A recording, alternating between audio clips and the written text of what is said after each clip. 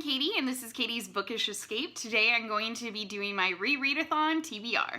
So the ReReadAthon is a readathon that's hosted by Murphy Napier. God, I think it's Napier. I swear I mispronounce it every time. There's literally a doggy in front of me that I'm petting, so if you see my arms moving, that is why.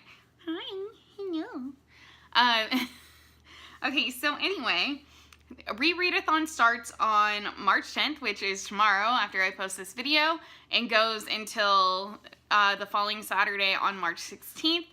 Now there are 7 challenges. I'm only going to be doing 5 challenges, however, and I'll explain why I'm not doing the other 2 at the end. Alright, so I don't currently have any of these books with me because I'm not currently at my home. I wish my home looked this clean and nice. I'm dog sitting. So I will just post the picture of the book up here, and yeah, so let's get right to it. The first challenge is I'm going to be doing, so I'm only going to be reading 3 books, and I'm going to, 2 of those will have to cover 2 topics of the challenge, and 1 covers 1. So for the first one, it will be both a childhood favorite and an old favorite, and this is The Tub People. And The Tub People is a picture book by Pam Conrad, and I was obsessed with this book as a little girl. My brother and sister loved it as well. I don't know if it's a great book for children if you're scared of the bathtub, but man, did we love it, and we liked bath time. So I'm really excited to reread it and see if I still just really enjoy it and have the charm. Basically, what I remember the story being about is there's this little like toy family that lives in the bath, and one day when the drain is going, all the water is going down the drain, the little boy of the family, the little toy, he starts swirling and he gets caught in the whirlwind, and they have to like try to get him out of the drain. And so it's very intense. And I'm really excited to reread it.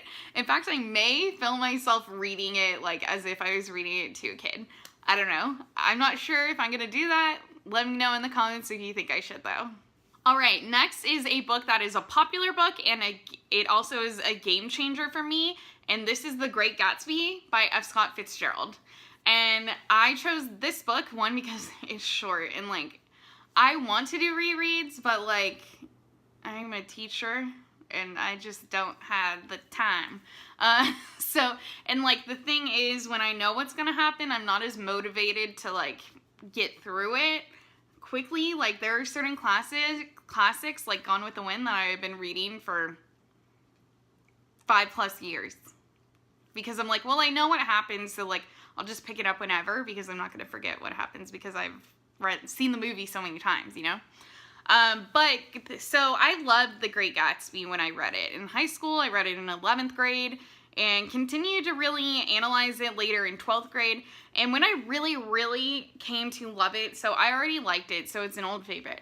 But when it became a game changer for me was when I was doing my senior project in 12th grade, and I was writing an essay basically where I was using contextualization from books and stories we had read throughout my academic career as a 18-year-old, and contextualizing it into a theme, and my theme was materialism, and that theme really, like anti-materialism basically, and using like the American dream as a false sense of security, and really including parts of the commentary of The Great Gatsby in that essay just made me really love it so much. So that's why it's a game changer for me. Alright, so I chose Heart of Darkness for the underrated, unpopular / disliked book.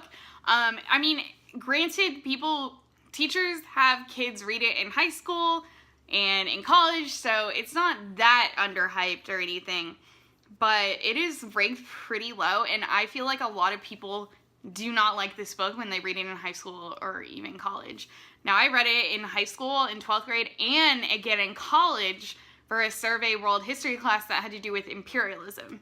And both times, while I didn't necessarily like love the process of reading it, the analyzing the information in the book and the the themes of the book I loved. So I'm really excited to read it now and see if I actually enjoy reading it when I don't have like a course to go to analyze it.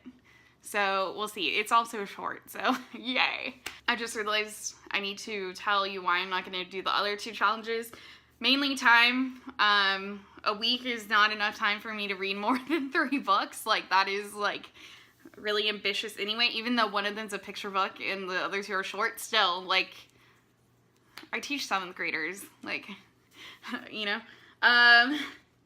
So the 2 that I'm not doing is rereading a recent favorite, just because I don't feel the need to reread any recent favorites right now because they're all still fresh in my head. And I get, like, if you really like to reread, like, that's cool, but I'm not, like, the biggest rereader. I'm mostly doing this with books, like, I have not read in years, like, 10 plus, so. And the other one is give a book a second chance. No, I'm not going to do that because I will trudge through books, and if I DNF something, like, it's not for me. So at this moment, I'm not saying I'm never going to do it, but at this moment, I can't think of a book that I have any desire whatsoever that I've DNF'd to pick up again. All right, so I'm Katie. This has been Katie's Bookish Escape. This is my ReReadAthon TBR. I will post a link to the ReReadAthon guidelines to Murphy Napier's channel, who created this readathon. And yeah, have a good day. See you later.